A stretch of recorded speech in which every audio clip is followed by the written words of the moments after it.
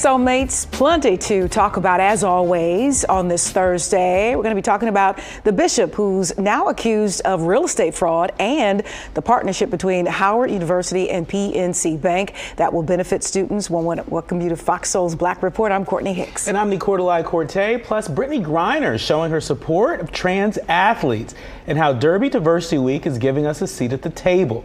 They're the stories that impact our people. We're going to bring you our news, our views, our voice. So let's get into our top conversation this afternoon. Senator Raphael Warnock called for Congress to pass meaningful gun safety laws after a shooting in Atlanta on Wednesday that killed one person and injured four at a medical center in the city's Midtown neighborhood. It is not right for us to live in a nation where nobody is safe, no matter where they are. We're not safe in our schools. We're not safe in our workplaces. We're not safe at the grocery store. We're not safe at movie theaters. We're not safe at spas. We're not safe in our houses of worship. There is no sanctuary in the sanctuary. 24-year-old Dion Patterson, pictured here, is the suspect and has been charged with murder and 4 counts of aggravated assault. Schools in the area went on lockdown, including those attended by Warnock's 2 children. The senator expressed concern for his children's safety and pointed out the growing number of gun violence and the incidents across the U.S. Despite the public support for stricter gun control measures, Republicans have opposed them, leading to a divide between the people's desires and government action. The Manhattan District Attorney's Office is investigating the death of Jordan Neely, a homeless man who was placed in a chokehold on a New York subway train earlier this week. The passenger who put him in a chokehold was taken into custody, and investigators are considering pressing charges against him. Neely, who was in the chokehold for about 15 minutes, passed out and could not be resuscitated by medical responders. The incident was captured on video and has sparked outrage. Authorities are awaiting autopsy results before deciding on charges. New York City Comptroller Brad Lander criticized the incident on Twitter, saying the city is not Gotham. Definitely agree with that statement, and I know that video is probably pretty hard for a lot of our soulmates to watch. It's very reminiscent of George Floyd, in my opinion. Absolutely. This time it's not the knee on the neck, it's the chokehold. And what is so disturbing is there's actually 3 guys that I think should all be looked at as far as charges are concerned. You had the one ex-Marine in the chokehold, and then there were 2 other white men holding this man down as he became lifeless and limp. You can tell that he was, in distress, and they're still doing their best to restrain him, and for them to walk away at this point is absolutely deplorable. And I'm hoping that everybody continues to circle back around and take a look at some serious charges. And what did they think was going to happen if you have a man in a chokehold for 15 minutes? That's right. If you have anybody in a chokehold for 15 minutes, that's a recipe for death. An ex-Marine who is trained to kill. And I understand, I don't have any video, or there's not a lot of video of what this man may have been doing as far as frightening passengers, maybe being, loud and obnoxious. I get that. A lot of times with homeless, we're dealing with mental issues and concerns. Most times if you walk away, they'll kind of leave you alone. So I don't know what prompted this ex-Marine to do this, but he, as a Marine, I know you are trained to kill. It was definitely excessive force. So I understand this whole idea of trying to be this good Samaritan, or maybe Superman, as the person alluded to as far as Gotham City is concerned. But this was over the top, and a man did not need to lose his life. But we've got to search our hearts, and we've got to understand, if we're going to be a civilized society, we cannot allow people to decide to take people's lives into their own hand. I don't care how obnoxious somebody's being on a train, right? It does not give anybody license to take a life. Yeah. A 15-minute chokehold. Yeah. And of course, you got to put the race card out there. You have 3 white men who are restraining a black man. You can't go without, placing that on the table. It's just inevitable as far as what's happening in the atmosphere here in our country. Let's move on here. Kathleen Casillo drove her car into a group of activists during a Black Lives Matter protest. This happened in New York City in December of 2020. Now, despite being charged with reckless endangerment and hospitalized 6 people, she was sentenced to just 5 hours of community service as a part of a plea deal. The charges notably did not include attempted murder. Consumable claimed she panicked behind the wheel due to the, quote, aggressive protesters. The lenient sentence has drawn much criticism for the perceived racial bias in the criminal justice system. We just spoke on that. One of the people struck by Consumable's vehicle called it an example of, quote, white supremacy. 5 black Memphis police officers were charged with the murder of Tyree Nichols after brutally beating him during a traffic stop in January. A white officer, Preston Hemphill, who used a stun gun on Nichols during the initial traffic stop, won't face charges, but was fired for personal misconduct, lying, misuse of police property, and violating protocol. District Attorney Steve Mulroy stated that while they don't endorse Hemphill's conduct, they don't believe criminal charges are appropriate. Now, Nichols' family and attorney Ben Crump supported the decision, citing his cooperation with the investigation. Have determined that no criminal charges will be brought against Officer Hemphill. If you recall, Officer Hemphill was the MPD officer who was part of the first encounter with Mr. Nichols, the first traffic stop, and was not present at the second encounter, the actual beating that led to his death. We took the time to do an extremely thorough investigation of this part of the case. You know, look, the family supports the decision. Ben Crump supports the decision. You know, when I read it, I still thought, okay, he used the stun gun. He was involved, right, with at least the first part. There were 2 parts to this situation with Tyree Nichols. He was a part of the first one, but under the law in Memphis, right, they don't feel like it rises to the standard of criminal charges. Yeah, look, if the family is okay with it, they're the ones who have, been impacted the most. If the family is okay with it, I'm okay with it, and we continue to, pray and keep them in our thoughts as they continue, this journey for justice and healing. Let's move on here to Bishop Lamore Whitehead, who is facing a $3.5 million lawsuit for allegedly claiming ownership of a Brooklyn church building and evicting the occupants. What happened to be another ministry. Now, the lawsuit alleges Whitehead claimed to own the church building in Brooklyn that he never actually owned. You remember this guy, right? He also submitted a fraudulent deed to the office of the city of Register, and the Whitehead leads the Leaders of Tomorrow. That's at International Ministries. That's what he calls his church. And he has denied the allegations and called the lawsuit frivolous. In addition to the latest legal trouble, Whitehead has faced other controversies in the past, including accusations of falsifying bank documents and staging a robbery at his church. Y'all remember. Now, everybody, the good bishop. Everyone should be presumed innocent until proven guilty. But on the other hand, if it looks like a duck, it quacks like a duck.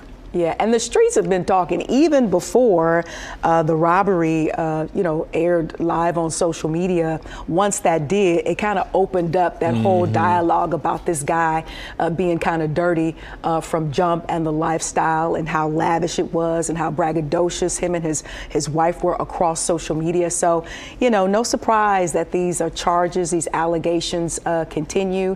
And I think they're so far gone. I don't understand how he's going to try to walk his way back.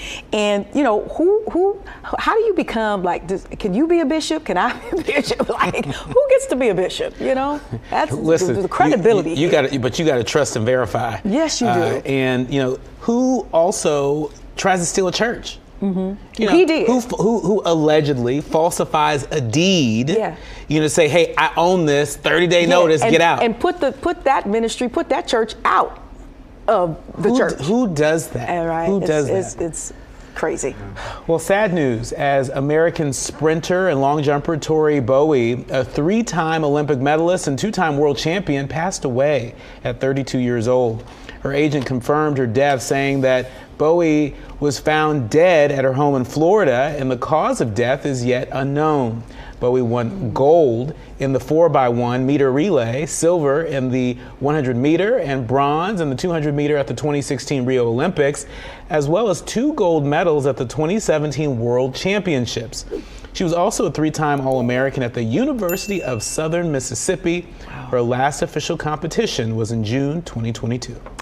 20-year-old Gabriel Dickerson has become the youngest black man to be sworn into the City Council of Cairo, Illinois. The city has been in a state of economic decline since the 60s, and Dickerson has promised to address issues such as housing insecurity under his new position. 26-year-old Romello Orr was also sworn into council on the same day and is keen to encourage more young people to get involved in developing a new community for Cairo's residents. Orr's father, who passed away back in September, previously served on that city council. Brigadier General Enoch Woody Woodhouse Jr., one of the last living Tuskegee Airmen, was honored with a doctorate from Norwich University. Woodhouse served as a finance officer for the Tuskegee Airmen during World War II. Despite passing the flight training exams, Woodhouse never became an airman after the U.S. Army terminated the program.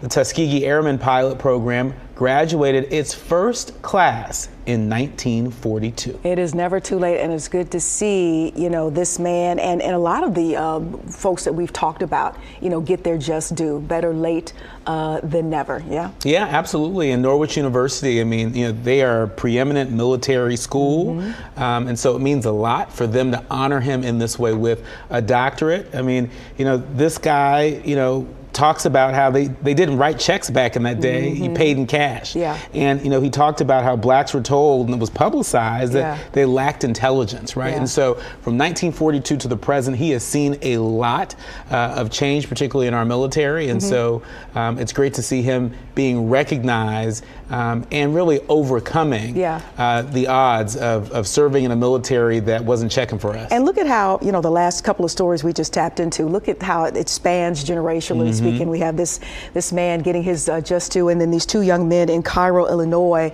right in the middle of Generation Z, making a big difference. And I had to look and see where Cairo was, because I spent a lot of years in Chicago. I was like, I never heard of Cairo. It is actually about 5.5 hours south of Chicago. So it's right there. I had to pull up the map. It's right there where Illinois taps down into where Missouri and Tennessee and all, and it's right there. And like a lot of black cities, who have suffered because of the riots, the 60s, the protests, that city has endured the same thing. And so to see these young men come together, want to stay in their hometown and make a difference is something wonderful to see. And I think it just complements, the story that we just talked about, where somebody who's in the yesteryear of their professional career is getting their accolades as well. So it's a good look for the culture. And it's good to see us on the front lines fighting for democracy right there at home. That's right. All right, up next, an annual event that's all about inclusion for our community. That's right. We'll tell you all about Derby Diversity Week, plus how it's given us a seat at the table. You're watching FOXSOUL's Black Report. We'll be right back.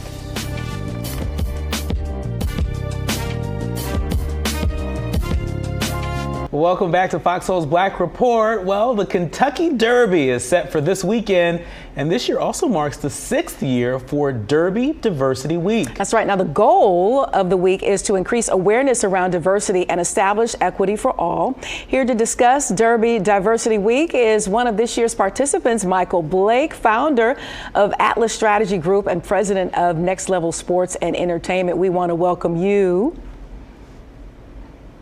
Great to be with you. Thank you today. Hey, Indeed. Brother Blake. So tell us, how did you become affiliated with Derby University Week? You're the former director of African American outreach for the White House under Obama, and former New York State Assembly member. How did you get affiliated with this Diversity Week? I was connected through Jade Melvin, who is doing incredible work with Derby Diversity Week. It's led by Tawana Bain, and I've just seen transformational opportunities. And real talk, it's about showing how Black and brown people care about horse racing and care about the journey that's happening here. This should not be a space where we're only talking about Kentucky for the negative challenges that have happened, obviously with Breonna Taylor being most notable, but elevating our Black excellence. And so today we had an incredible panel around women in sports and demonstrating, whether it came from polo to soccer to football, how we have that footprint in addition to, of course, what's happening with horse racing. So shout out to Jay Melvin, shout out to Tawana Bain, shout out to all things that are happening in the next few days here at Derby Diversity Weekend. And if you can get to Louisville, get here. because I think you're going to love what's going on over these next few days. Absolutely. So why is the Kentucky Derby such an important event, for the country? And then what is so significant about it in regards to opening it up and exposing our culture to it? Well, this weekend is the 149th Kentucky Derby. And I learned even getting here, this Friday is the Oaks. So, it's the difference of the different races on both days. And look, I think from horse racing to lacrosse to golf, there's so many times that there's sports where we don't see our people. And so we have to shift that narrative. And so it was important for me to be here because we wanted people to understand that, Next Level Sports Entertainment, you have a nationally Black-owned sports TV network. You have Atlas Strategy Group, where we're helping implement equity and justice through sports and society. And so it was so important for us because at the end of the day, it is time for us to be the owners, the presidents, the executives, not just the athletes. Now, being an athlete is important and it's essential. Being the jockey is important and it's essential. But we need people to also understand that we run the show as well. And we can lead, and we can lead well. And it's not just going to happen in spaces that are predominantly and only Black. It's going to happen across the board. There was a great conversation that happened earlier around financial literacy that has to happen for the athletes. Do they come into all this money, but do they have the support that they need along that journey? Equally, how do we talk through the intersectionality that has to happen around social justice? Because again, you can't be here in Louisville and be Black and not think about what happened to Breonna Taylor. And so the duality of that, of saying we need to be here, we need to elevate our diversity, but we need to show people that you will see our greatness, not just on one day on Saturday at the Kentucky Derby, but you will see it throughout the week in what's happening with Derby Diversity Week, led by Tawana and Jade and their team. When most people think of the Kentucky Derby, they think of mint julep drinks and they think of all the fashion, but you all are clearly operating with a purpose. Talk to us about some of the panels and the events and the summit that's taking place there and what you hope people will glean from that. Well, let's be clear. My suit game is going to be strong these next few days. You better tell him, right? Mr. Blake. Well, I'm just saying we got to come strong. I mean, that's right. You can only see part of the fit right now. How's your Pocket Square ministry? How's your Pocket Square ministry looking? Look. I'm still an AME preacher as well, so my Pocket Square game's going to be strong come this weekend. Hey, I'm just saying, talk to the church right now. So we gonna be ready. Come with the fit. I gotta figure out the new hat game for Saturday as well. That's right. But we'll be ready for that. But like even with the panels, there was something beautiful that happened just last night. We were down at 4th Street Live. It was the opening reception. AJ Calloway, DJ Trauma, so many people that were involved in what's going on. Shout out to Derek Bell and the president of the Alphas that are here as well. We saw that people wanted to talk about entrepreneurship. They wanted to talk about housing. They wanted to talk about education, but they just want to talk about being Black, right? And the joy we have in being Black. And so there was that responsibility. There's an exciting brunch that's happening next door and celebrating Black women excellence at the same time as well. There's going to be a sneaker ball later on tonight so that we can celebrate our culture. But then even intertwined in that has been the conversation, as we had earlier, around women in sports, around how do we make sure that the LGBTQIA community is embraced in the same way that Black and Brown is embraced in these conversations. So we want to show people it's not just kicking it on Saturday for the Derby. It's about putting in the work to make sure that our people have the support that we need. And when we talk about equity and justice at scale through conscious capitalism, that's exactly what's happening here throughout Louisville and the Kentucky Derby, but that's what's going to continue for upcoming sports activations as well. Yeah, Mike, I love how you keep it real, So let's do just that for the soulmates watching in. You talk about Black. Now, is the Kentucky Derby, the traditional folks, are they ready for us, the way we show up and do the Kentucky Derby? Are they really ready for that much diversity? Because we do it a little different. I don't know. You already know. I don't know if anyone's ever fully ready for Black excellence, full stop, right? Right. So when you see all these folks showing up, they're like, well, wait a minute, And you got to remind them, no, this is not an HBCU meeting. No, it's not. It's not the Divine Nine. It's not just Black Greeks out here. That's right. We can show up for horse racing. We can be a part of the legacy here. That's right. And you can see it was important to setting that tone. And to Tawana Bain, what she set up, I think it sends a message, right, of you're not going to just have the Derby and not talk about diversity, right? You're not going to talk about what's going on in our country and not talk about sports. And we have a legacy with that, whether it be Muhammad Ali, whether it be Tommy and Carlos, whether it be what Serena is consistently doing around tennis. We're going to show people that Black excellence in sports is not just us dominating in the game, but it's dominating in society. And so the framing of what's going on around education, the framing of what's going on around entrepreneurship, but also doing it with the style that we have, right? The image and the style that we used to. No question, no question. And reminding people every day, all day, Black history doesn't just happen in February.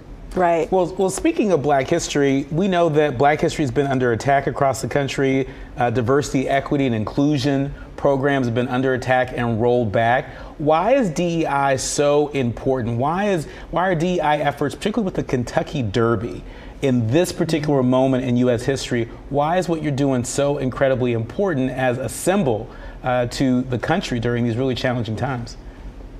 Well, it's essential. It's a great question. I appreciate that. Look, we see what's going on in Florida right now around Governor DeSantis' attack on Black and brown folk around DEI. We know that the anticipation in June around affirmative action and student loans with Supreme Court cases is also keeping us very up at night. And so when you have these moments and opportunities around sports, and especially these notable ones such as a Kentucky Derby, we have to show people that there is the responsibility and the necessity for your bottom line, for your societal good, and for your community by having Black folk in the conversation. And so we make more money when Black and brown people are involved. We have better grades when Black and brown people are involved. Less people are being incarcerated when Black and brown people are involved. And so the responsibility here is use these major moments, no different than if we were at the World Cup for soccer, no different than we were at the Super Bowl for football. You had earlier in the segment, the last Super Bowl being the highest rated ever. I don't think it's surprising you had 2 Black quarterbacks starting in that. That impacts things, right? I think when you do that for a Derby, then we can show people we will not allow you to take away the impact of diversity, equity, and inclusion. No matter what courts and others may say, we're going to be a part of this. And so it was important for us to send that message and being consistent about that. Tied together, I often think about the power of what happens in telling the story. And that's why I'm so grateful for what you're doing at FOXSOUL. Like, we need people to see and hear it from our voices. That's right. And when they see our presence and recognize that, this is not just white people showing up here. Black folk love horse racing. Black folk love these sports as well, and making it real practical. The power of Louisville.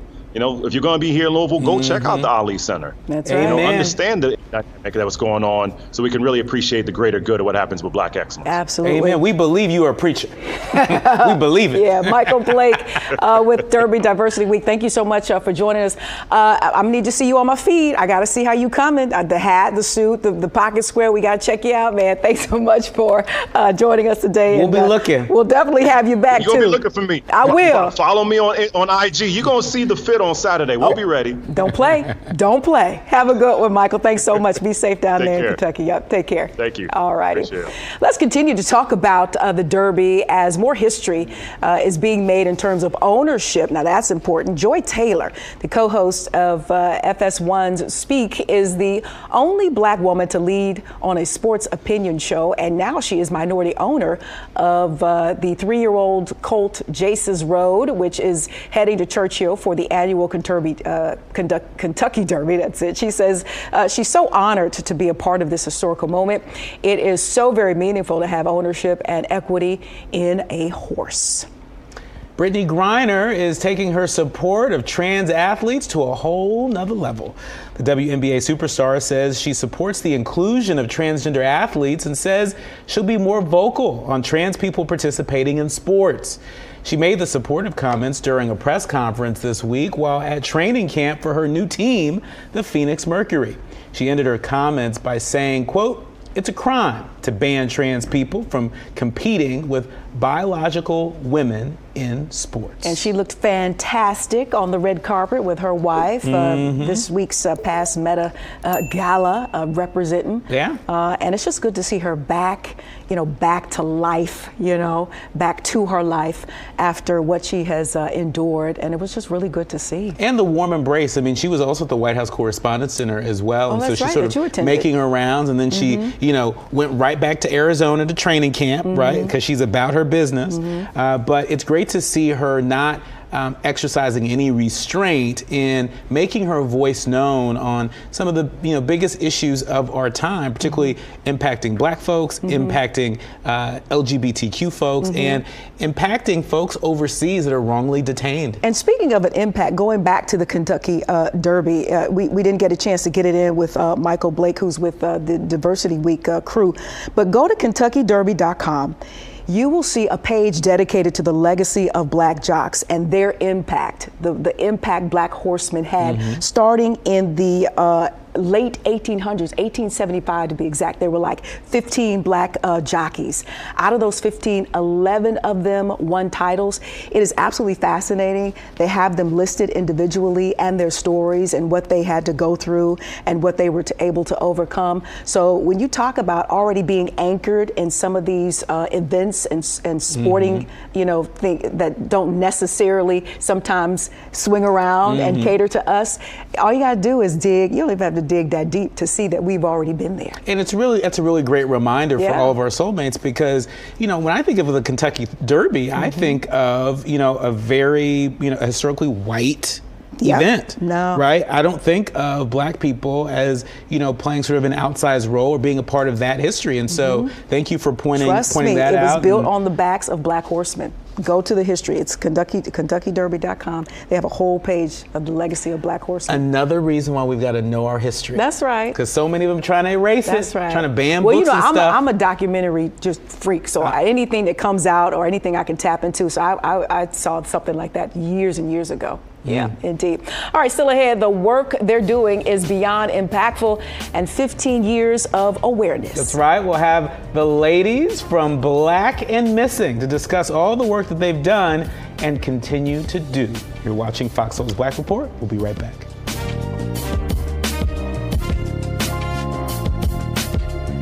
Welcome back to Fox Soul's Black Report. Well, Child Protective Services had custody of Mila Jackson, a newborn baby, for 22 days before returning her to her parents. Mila's removal sparked concerns about racial injustice in the child welfare system, which many experts describe as policing Black families.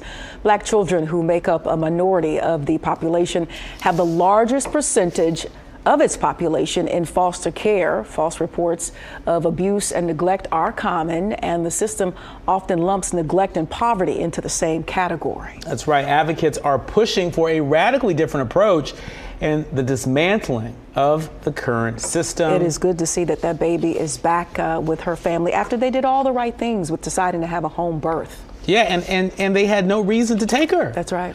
That seemed like a really extreme measure, and I think our soulmates should be really alarmed at the fact that this family intended to have a natural childbirth, which they did. They wanted to keep things as natural as possible. They were in regular communication with the pediatrician, who all of a sudden turned left. I mean, the kid was diagnosed with jaundice. They were told how to care for her at home. But then all of a sudden, the pediatrician urged them to come in, and then sent Child Protective Services, right? Which started this whirlwind, and this couple is just getting a newborn, their newborn back. You cannot get that time back, and we all know that bonding, is so precious, especially in the very, very beginning. So hopefully they can put things back on track and get to loving on baby Mila. And hopefully this doctor has to account for, well, why did you call Child Protective Services in the first place? And does this doctor have a pattern of reaching out to Child Protective Services prematurely? I mean, that is just really alarming. Parenting while Black. We were just talking about driving while Black earlier in the week. Parenting while Black. That seems to be, what this all boils down to. And let's stick with our young people for a minute, as the Black and Missing Foundation is launching a 16-city billboard campaign this month in honor of its 15-year anniversary. Black and Missing has been established as a nonprofit nonprofit organization whose mission is to bring awareness to missing persons of color, provide vital resources and tools to missing persons' families and friends, and to educate the minority community on personal safety. So here to discuss the campaign and Black and Missing Foundation are the organization's founders, Natalie and Derica Wilson. Welcome back to the Black Report, ladies. Thank you so much for having us. Absolutely. It is so good to see you again. First, let's thank you and love on you and appreciate you for 15 years of fighting the Black and Missing, fighting for the Black and Missing, getting into that real good trouble that our culture absolutely needs. Tell us about the campaign and what you hope to accomplish through the campaign. Okay. Well, 40% of all missing persons cases are people of color. And because they're not getting the same level of media coverage and law enforcement resources as their white counterparts, to be quite frank, their cases are remaining open 4 times longer. So awareness is key in finding them. And as you mentioned, for our 15th year anniversary this month, we're launching a 16-city billboard campaign. Mm-hmm. So we're highlighting 48 cases, and we hope to have 10 million people to see these profiles. And we hope that it could result in a safe recovery or at least answers for families. And the billboard will be in cities like Detroit, Atlanta, LA, and across the country. And we even have a partnership with the Milwaukee Bucks, who they're using their video board.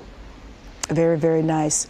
We'll have to continue to look out for that billboard. So let's take it back and talk a little bit about the beginnings, the infancy of this organization, of this foundation. Why the start? Was it a personal interest, extended family, a friend? How did this all begin for you, ladies? Well, this started 15 years ago. There was a young lady that went missing from my hometown of Spartanburg, South Carolina in 2004. And despite the fact that our aunt worked in media relations, she really struggled to garner that coverage for her niece. And a year later, Natalie Holloway disappeared, and me saying her name alone, everyone can recognize that name. So Natalie and I decided to do some research. And at the time when we started the organization 15 years ago, 30% of missing persons in the United States were persons of color, mainly Black men, and that number has increased today to 40%. So what we're trying to do is bring awareness to our missing. We need law enforcement resources, and we need our media.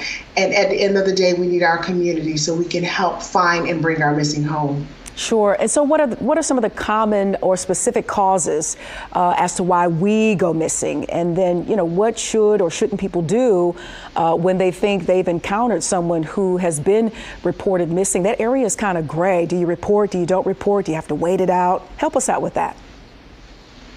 Well, oftentimes when families are going to law enforcement classify missing children as runaways, and runaways do not meet the criteria for an Amber Alert. And when it's adults, their disappearance is often met with some sort of criminal activity, and it really dehumanizes and desensitizes the fact that these are valuable members of our community. The other issue is there is no holistic approach across the country. Every jurisdiction can operate in a manner in which they choose. So some jurisdictions require a 24-hour waiting period, while others can take the report immediately. So we really need our lawmakers to step in, create legislation that all cases, regardless of race, regardless of gender, and regardless of zip code, they are handled and treated the same way. Yeah, so there are some states that are creating legislation centered around Black and missing people. How do you all feel about that and the effort? Is it enough? Well, I will say it's a step in the right direction. And these bills pretty much say when, time is critical, you really need to be able to reach the most amount of people in the shortest period of time. Then we need to tap into the media outlets, and we need to hold law enforcement accountable. So if we aren't doing our jobs and these legislators aren't pushing to protect those that are most vulnerable, then they're slipping through the cracks and under the radar. So we think that it's a right step and a step in the right direction, but definitely have much more work to do. Indeed. So we here at FOXSOUL's Black Report, we are looking forward to kicking off our Black and Missing segment. So to help amplify the Foundation's mission, what can our viewers expect when we tap in and talk about this foundation and the message and really the goal as we continue this conversation? Well, first, we want to say thank you for partnering with us for a bi-weekly feature of missing persons cases. And it's really a win, not only for the organization, but for the families that we serve. So you will get to hear from family members directly about their missing loved ones. And we hope, again, that it will result in bringing them home or at least answers for them. So thank you for this opportunity. Indeed. And before we let you go today, can you give us an idea of some of the cases that you're working now, how we can tap in and maybe learn more about some of the cases that are happening right now that you need, our help with, Soulmates help with? Absolutely. One case that we want to mention is Destiny Patterson. She's missing from Chesapeake, Virginia. She's 16 years old and she's been missing since March the 28th. Wow. She walked out of school while school was still in session and jumped into the car with an adult male that she met online a week prior to her disappearing. And she hasn't been heard or seen since. So if the viewers can go to our website, bamfi.org, they may see something or know something that can help us in this nightmare for the family. Wow, my goodness. And I just want to add really quickly, you can't turn a blind eye to this issue. So just because you may not know the missing loved one, don't just not take action. We need our community to get involved and start with who's missing from your community and share it with your network because it could help bring someone home. Yeah, and speaking of sharing, I just, I belong, on all across social media, and I just can't scroll past, especially when it's a young child missing. I take a moment to read, to see what has happened, to check in with the family, maybe do a little Googling. So, Soulmates, if you're watching, let's really sensitize ourselves, if you will, to making sure we tap into those stories, especially when we see them across social media. So ladies, we definitely appreciate your efforts, and we're looking forward to this partnership. Natalie and Derica Wilson, thank you so much, and we'll be checking in with you very, very soon. We appreciate you. Thank you. Thank you. Coming up, the new docuseries about Tupac and his mom. It's making headlines this week. That's right. We'll tell you all about it. The records it broke during its premiere on FX. You are watching FOXSOUL's Black Report. We'll be right back, Soulmates. Welcome back to FOXSOUL's Black Report. Well, Escape group members and Real Housewives of Atlanta star Kandi Burruss is one step closer to EGOT status. Y'all gonna stop doubting Kandi. She's I been never doubted nominated. her. Well, listen, she's been nominated for, get this, both Tonys and Emmys. Now, in an announcement by Bravo, the Real Housewives of Atlanta star has been nominated for a Southeast Emmy in the historic, cultural, politics, government, societal concerns category. That's a lot. For her work in LA Musica de la Familia. The Escape member and her husband, Todd Tucker, also scored a Tony nomination for Best Revival of a Play after joining the Piano Lessons production team. That's right. Samuel L. Jackson, who starred in the play, also earned a Tony nomination for Best Featured Actor in a Play. Congratulations to all. Yeah. We love to see it. Let me tell you, this Kandi Burruss right here. You're going to stop doubting and questioning Kandi Burruss is on her game. She is. And I just love how, she's not just, your typical Real Housewife. She's really leveraged her presence on that show, to support a number of marketing and creative efforts, right? And so whether we're talking about Candy Coated Nights, right? That show, or the Candy Coated products, right? And there's so much variety in her entrepreneurship, from actual products, to plays and music and tours and all of that. The consistency is unmatched. I mean, first and foremost, she didn't join the Real Housewives till much later, and at this point, she is the longest running housewife, at least on that Atlanta, franchise, that Atlanta show. And I'm hoping for this shift with Kandi, because every time I hear her talk, she's always on the defensive, having to defend and or explain herself. So at some point, Kandi, as you continue to rack up the coins and the accolades and the awards, you don't have to explain yourself anymore. Nope, let these not women bicker about what they want to bicker about and keep it moving. I mean, undisputed. You can't be mad at it. She's great. Go Kandi, go. That's right. All right, Trey Songz. A lot of us have been mad at him over the past few years, getting in all this trouble. But this time, he will no longer face charges for punching a woman at a bowling alley. This happened last year, and it comes after prosecutors dismissed the most serious accusations against him back in October. You may remember it was reported that Trey punched a woman repeatedly in the face and dragged her by the hair into a New York bowling alley bathroom. Trey Songz was also accused of punching a man in the eye, but then turned himself into police. The singer will be required to complete 12 anger management courses by this summer. And that's really an important piece. He is very lucky to have been charged with 10 counts and have gotten off with anger management. He is really lucky, because there are a lot of folks out there, particularly a lot of black men out there, who find themselves in very similar cases, where they ain't getting off on 10 counts, right? And so hopefully he takes this anger management seriously, and does the work to address whatever it is, that is, leading him to make poor decisions and hurt people. My concern is that every time, Trey Songz hits, the news, you go to social media and you see the stories, especially with all the bloggers, and then you tap into the comments. There are a lot of young ladies who still, accuse him of a lot of wrongdoing, whose cases haven't been looked at, or, there haven't been charges brought. And so it's just disturbing, is everybody lying? Is everybody making something up?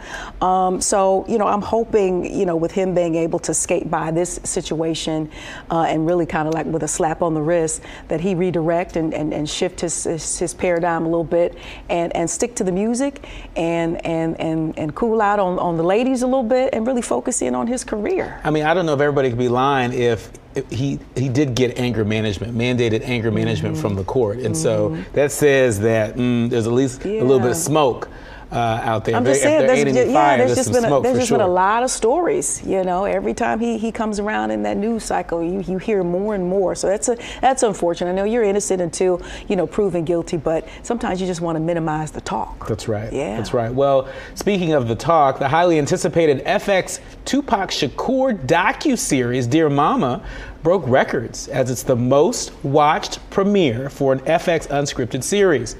The docuseries reveals details of the iconic rapper's relationship with his mama. It's directed by award-winning director Alan Hughes, and it's a deeply personal 5-part series that shows a relationship between a mother and a son. Tupac was killed in a drive-by shooting in 1996. His mother died 20 years later. And every time I see, there's been so many documentaries. This one, of course, it offers up a totally different perspective, which is why people have probably, watched to see what this one talks about and focuses in on. But it just amazes me, the very beginnings of Tupac. It wasn't gangster. He was just a very cool kid who loved the arts and acting and jumping and flipping and dancing, and to what he kind of, morphed into was very interesting. And it also, when these documentaries come up, it takes me back to my days on radio. I was on the radio when the news came in. I think it was September of, I have it written, 96, explaining to the viewers that Tupac was gone. And then 6 months later to experience that yet again with another, at that point still heavyweight. In the game, even though he was just in the beginnings of his career. Biggie was huge, and to lose him 6 months later. So every time a documentary comes out, it just brings me back to those moments. And even though it's been 20 plus years, I still can't believe they are not here. Yeah. And I remember when Tupac was killed.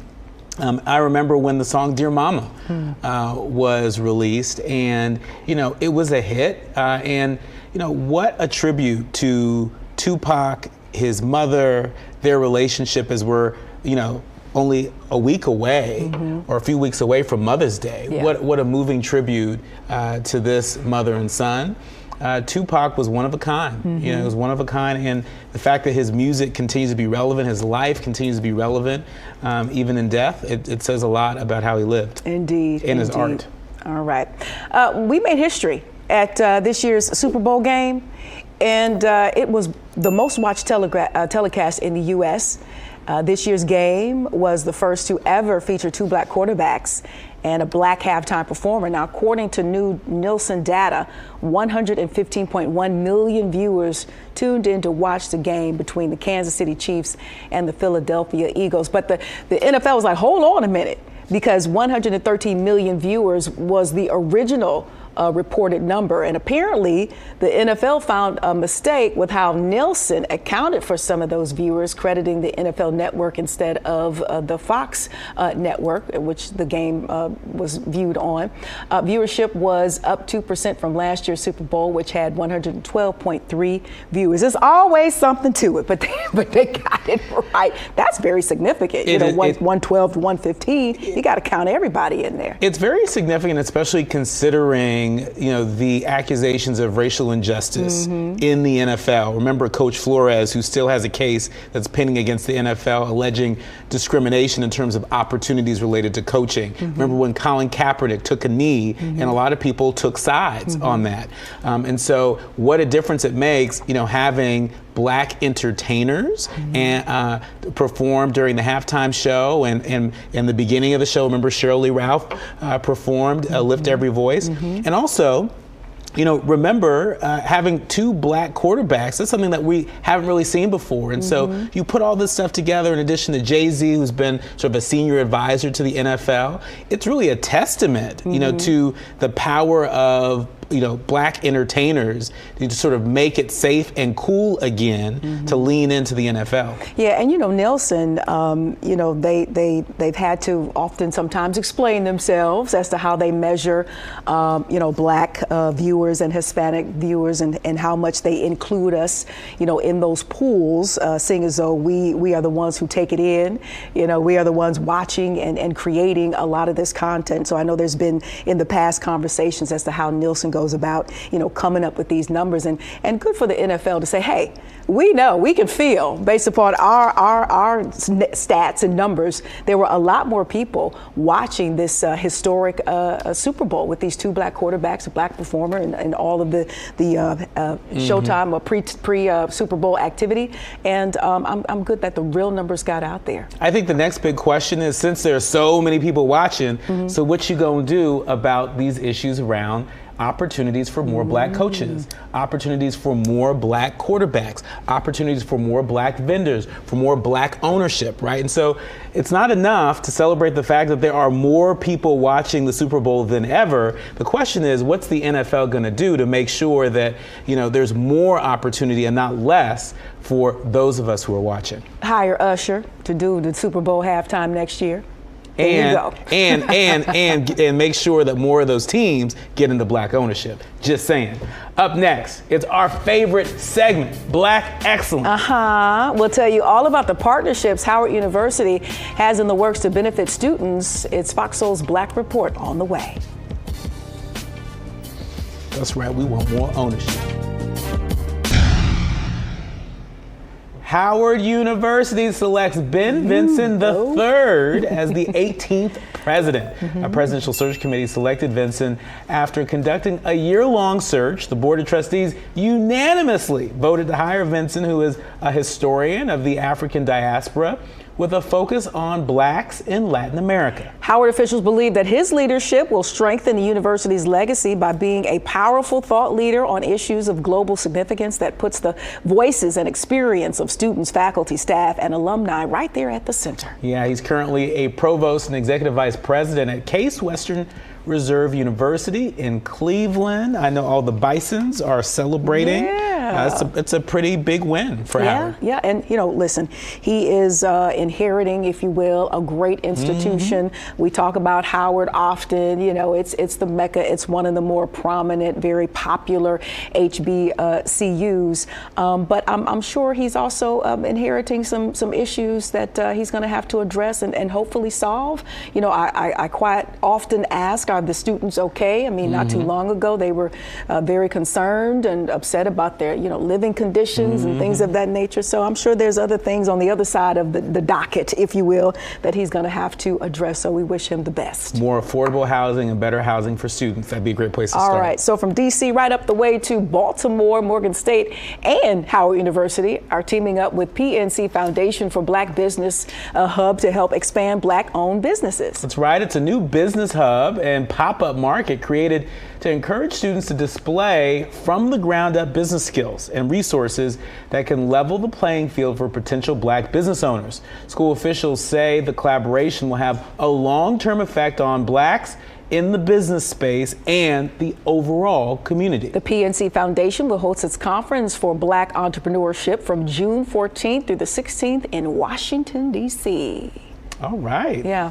It's a great opportunity. It is. It's great to see, more support for Black entrepreneurship. Makes a big difference. Yeah, especially, as these banks are going through what they're going through, to take some time out to definitely hone in on Black students and Black entrepreneurship. To me, it sounds like they understand the value and want to cater to that. Keep it up. Keep it going. All right. For the full rundown on today's stories and more, you can access FOXSOUL's video on demand on any of our partners. You can even access past shows and other content. Don't forget to download the FOXSOUL app because it's free. Thanks for joining us today. I am Courtney Hicks. And I'm Nicordelai Corte. On behalf of the entire team here at FOXSOUL's Black Report, stay lifted. And stay safe.